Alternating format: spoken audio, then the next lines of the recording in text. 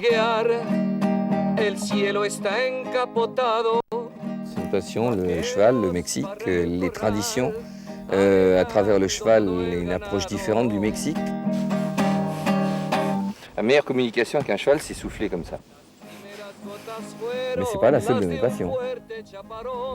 Eh ben, la deuxième, c'est ça. Ce sont les reptiles en général. Là, c'est un serpent mexicain puisque c'est une femelle de boa. Mais les reptiles, c'est pas que des serpents, il y a aussi des crocodiles. Et je peux vous proposer, si vous voulez, qu'on aille les voir tout de suite. Voilà, on va appeler Rambo là, sans lui montrer qu'il a mangé. Il va venir vers nous.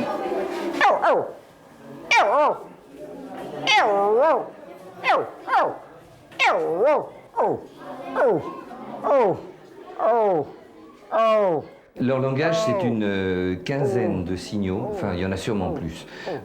À Tuxtla-Gutiérrez, avec l'herpétologue, on a été capable de pouvoir en repérer 15. Puis maintenant, on va le renvoyer là. Ces 15 sont une combinaison, à chaque fois, soit d'un son donné de seul, des longs et graves en général. Les sons d'appel sont répétés.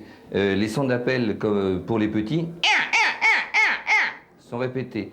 Et les sons d'appel pour les adultes sont en deux tons.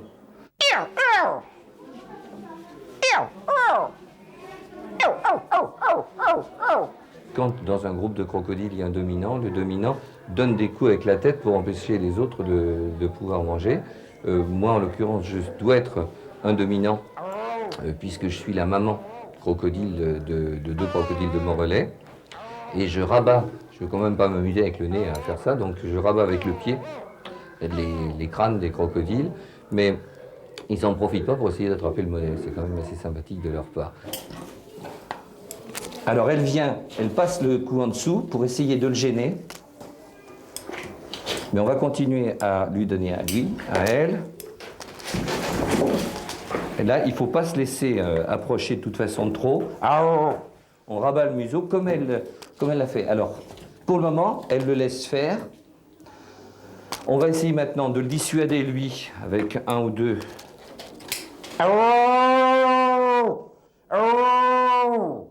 Et puis on va tâcher de la nourrir elle. Voilà. Alors, une petite anecdote encore, c'est que non seulement ils sont capables de pouvoir comprendre le langage crocodile de Morelais, mais ce qu'il y a aussi de remarquable, c'est qu'ils sont capables de le reproduire parfois. De le reproduire. Par exemple, on a eu le cas avec une femelle de crocodile du Nil qui vivait ici avec Rambo et Juana. Quand on a retiré Juana de ce vivarium, elle a appelé au secours dans le langage du crocodile de Morelais et pas dans le langage de crocodile du Nil, ce qui est son espèce à elle. Voilà. Mi corazón.